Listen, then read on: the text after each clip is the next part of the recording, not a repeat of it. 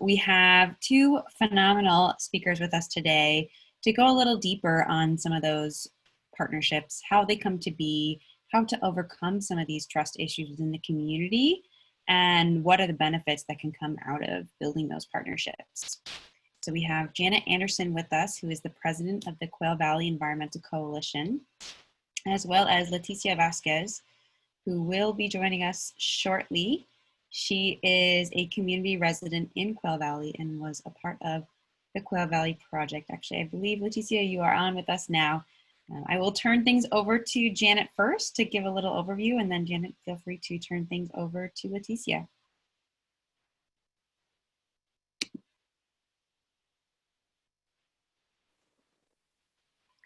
Okay, so this is my first Zoom meeting, so I don't know if you can see me or not. We can, and we can hear you. Okay, so first of all, Emily, I want to thank you for inviting Letisia and I to join in this conversation. Both Letisia and I started as residents and then got involved with the bringing sewers to the Quail Valley area. What I'd like to do first is kind of give you a short introduction of the community of Quail Valley and where it began, when QVAC started, and then through the history. So my name is Janet Anderson. I work full-time for a construction company, and yet I would be involved in the evenings with Crime Watch and community support, and that's where I got involved with EMWD and the sewer project, bringing the sewers to our community. Letisia is also a resident, and actually she's a board member now, and then she'll be speaking after. So let's see here, where shall I begin? Okay, so the community of Quail Valley is in the county of Riverside, and so in the beginning, when this community was created and developed, they were small hunting lodges for weekend use. This was done between the 30s and the 40s, and they would advertise these hunting lodges along the coast, like Long Beach, playing on people's fears of the Japanese bombing the coast. So people would come inland to spend the weekend out in Quail Valley. So in Quail Valley, there was quail hunting, rabbit hunting, horseback riding. They even had a small swimming lake at that time. So they wanted to get away from the coast and come out, and they would have these very small homes built, more like a lodge, on, they weren't even septics at the time. They were seepage pits dug out and lined with brick. So at that time, it's only built for weekend use. So you fast forward to the 1970s, and there was a big boom of moving in manufactured homes. There was shifty builders. There was fraud within the county, people signing off on septics that did not perk. So that's where the problem began. When people started moving in, started putting in septics that did not meet the requirements that they were supposed to, plus you have 50-year-old septics that are failing. So after that part, we fast forward to 2004, 2005 is when we had historic heavy rains. And with that came surfacing effluent that, you know, like the old saying, it runs downhill. Unfortunately, it ran downhill into Canyon Lake, which is a drinking water lake. So when that happened, the Santa Ana Regional Water Quality Control Board put into effect in 2006 a moratorium of no building. You could build if you could hook up to a sewer. You could not put in, you could not expand your property, your house, and you could not build new homes without sewer. Well, there is no sewer in Quail Valley, so there's that problem. After that, in 2008, the community of Quail Valley is pretty much landlocked between Canyon Lake, the city of Paris, and then Menifee, which was county at that time. And so we were absorbed into Menifee. We couldn't make it on our own. We were landlocked. So they had to take us. So at that time, when we became a city, it was a very difficult time because every person that ran for city council at that time ran on the fact that they would not spend a dime to help Quail Valley. Hence, then you move forward and we have a recession and a depression in 2007. So with that, all the funding kind of dried up. So let me get to the history of Quail Valley, or the QVAC. So first, let me explain that I'm just a lay person. I'm just a regular gal. And so if I tend to veer off, just pull me back in. So the Quail Valley Environmental Coalition was started in a meeting in April of 2009 at Canyon Lake City Hall. The city manager at the time, Lori Moss, convened a meeting with Director Ron Sullivan of EMWD and Ben Wick, who at that time was the director of EVMWD, Scott Mann, who was our first councilman that represented the Quail Valley area, and Nancy Horton, who was mayor pro tem of the city of Canyon Lake. Staff members of EMWD, EVMWD also attended. The discussion was about the 2006 moratorium of all building in Quail Valley, the continuing threat to public health of the failed septic systems in Quail Valley, and the occasional bacteria contamination flowing into Canyon Lake during rain events. The working group then solicited the help of the Santa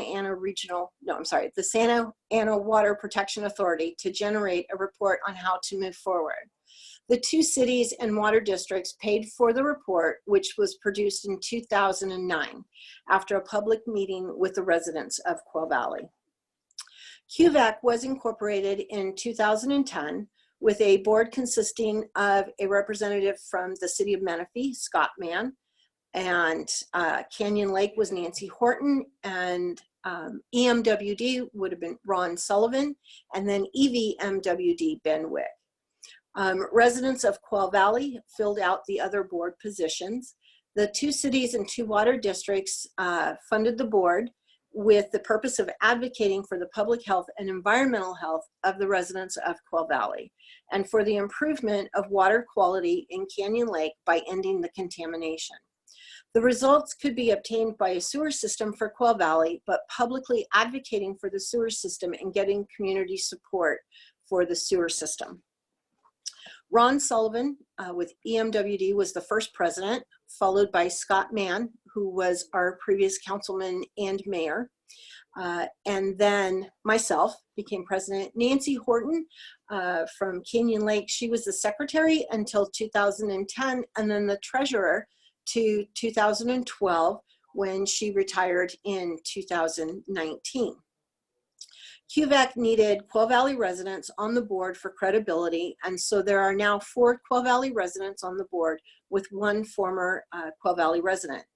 The board has held 8 annual meetings in Spanish and English to the residents up to date of the efforts that EMWD was involved in.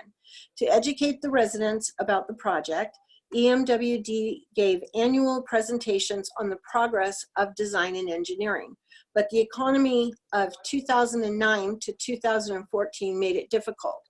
So at that point, we reached out and we put together, and we were able to be designated as a disadvantaged community through the government. So we actually have a form that says that we're disadvantaged. So then at the first few annual meetings, there was skepticism on the part of many residents. There were no results to announce. Residents believed that the cost to sewer each property would be too high for them to pay. Again, remember, this is an extremely disadvantaged community, and the incomes are, it'll blow your mind how low they are. But the misinformation that was being put out was that it would cost each resident $10,000 or more to hook up to the sewer. So that right there was a big put off to people who had no way to pay for something like that. Plus, they'd been hearing for over 20 years that the sewers were going to come to Quail Valley, and they didn't. So EMWD applied regularly for state funding, and while there were promising responses, there was no major state funding until recently. We held yearly meetings at the local elementary school. I was involved with our Crime Watch in a community meeting that's held in the community every month. So I would be able to give updates there as well. And then later on, Letisia and I would actually walk door to door to all the residents. After 3 years, the response of the residents started to change. More and more realized that sewering of Quail Valley was the only way to improve the public health and allow for building renovation and permit owners to build on their undeveloped property. Side note on that, people were buying property out in Quail Valley to retire. And one gentleman was a firefighter in Orange County, and he was going to come out here to retire, and he could not build his retirement home. So this is kind of shows you the difficulties that all this bring on. So EMWD made a commitment to do everything possible to cover even the connection fees. An engineering company was hired by EMWD to visit each property in phase 1 of Area 9 and the section of Quail Valley closest to Canyon Lake. So I think there's going to be pictures that come up how they took Quail Valley and separated it into sections, the worst being 9 and then 4, which we'll refer to later as the grid. It's the little one-way streets. Excuse me. And Janet, we've got about 7 minutes left. So I see Letisia is trying to join here via audio. So I just want to give you a time check. Okay, so then let me fast forward. So we worked with the EMWD, the city, and fast forward, EMWD obtained a 7.5 million fund, state funding, and so I'm trying to move ahead really fast. So long story short, we got sewer started in Quail Valley in the Area 9, which resolved the issue of the effluent going into the drinking water lake. So what I wanted to jump forward with the sewers coming in, that leaves a huge area still to be done. Now I want to flip over to Letisia. She can give you kind of a background of how she got involved as a resident and then the struggles that we had to go through that. And then she'll come back to me and I want to give you some of my lessons learned and what may help you in working with residents. Great, thank you so much, Janet. And Letisia, I'm going to ask to unmute you. You are a Zoom wizard now.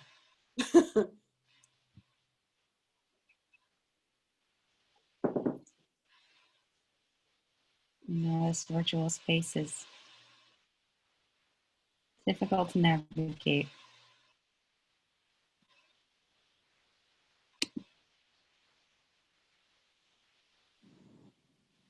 Okay. Can you hear me now? Yes, we can. Thank you so much. Hi, how's everybody doing?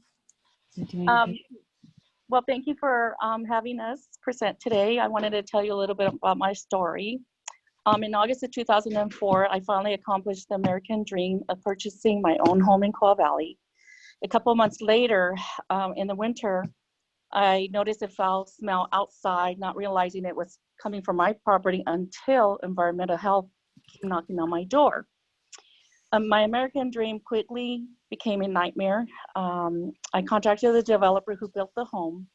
His explanation for the smell was due to the heavy rains and that my land was saturated. Therefore, he could not assist me. I had septic water seeping through the dirt and water runoff. I continued to contact the developer and he kept telling me that there was nothing that he can do. He repeated the explanation of my land has been saturated due to the heavy rains. By this time, a year has gone by, and now we're in September 2005. I had minimal knowledge of home construction, permits, or code, especially on a new home. I had to hire a sole engineer to investigate what the problem was. And the result revealed building, planning, land, and soil issues. The physical location of the septic tank was not in the location stated on the blueprints. The county signed off and approved construction permits, yet did not follow up with inspections. How these got past codes and inspection, I still don't know. The out-of-pocket cost to fix my septic comes to about $50,000. I have endured the pain and suffering of disposable dinnerware, laundry off the premises, and minimal to no water usage. When it rains, I stress making sure I have no sewage coming up the dirt by limiting water usage. I have been paying out of my pocket for like 10 years. It has taken all the money from my 401k to pay for research, legal costs, pumping, the septic, C42, plumbers, building material, etc. I fought for my home in an effort to reach some form of resolution of remedy. My attorney and I fought the developer until a judgment was rewarded in my favor. Unfortunately, the developer immediately filed for bankruptcy, leaving me once again without the problem resolved and living paycheck or paycheck. Public meetings were held at the local elementary school with QVAC and EMW to give us updates of the sewer conditions. Residents were skeptical because they have been hearing updates for years. I met Janet Anderson at a Zumba class, believe it, to find out if there was any new updates regarding the sewer conditions. She invited me to a QVAC meeting, and from there on, I started volunteering in the community by attending monthly community meetings. Janet and I would go door to door after work on weekends to inform residents of upcoming meetings. We had to earn their trust. We were being consistent being out on the community. They addressed other issues that were not related to sewers, and Janet gave them her number to follow. We were able to sympathize with their situation on the failing septic systems by sharing my same experience. I can say being consistent and passionate of what you do as a volunteer shows at the end. Thank you, Miss everybody. Janet?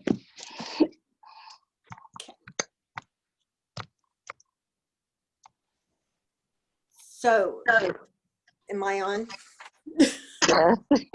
Sorry, you guys. We're just a layman here trying to act in the big city. Are you ready? Yeah. Okay. Keep it to about 2 minutes or so. We do want to leave time for questions. I can probably get out in a minute. So there's two things that I wanted to let you know in trying to get people to volunteer and work for your cause is you have to be a mentor. I would have never have gotten as far as I did without great mentorship. Ron Sullivan with EMWD, Amanda Fine, EMWD, Nancy Horton, EVMWD. The one thing that I could tell you to help people is create a cheat sheet for all your acronyms. You know, I still have to close my eyes when I say Santa Ana Regional Water Quality Control Board. So if you could give people a cheat sheet on that, that would be my biggest lesson learned for you. So we can take questions now.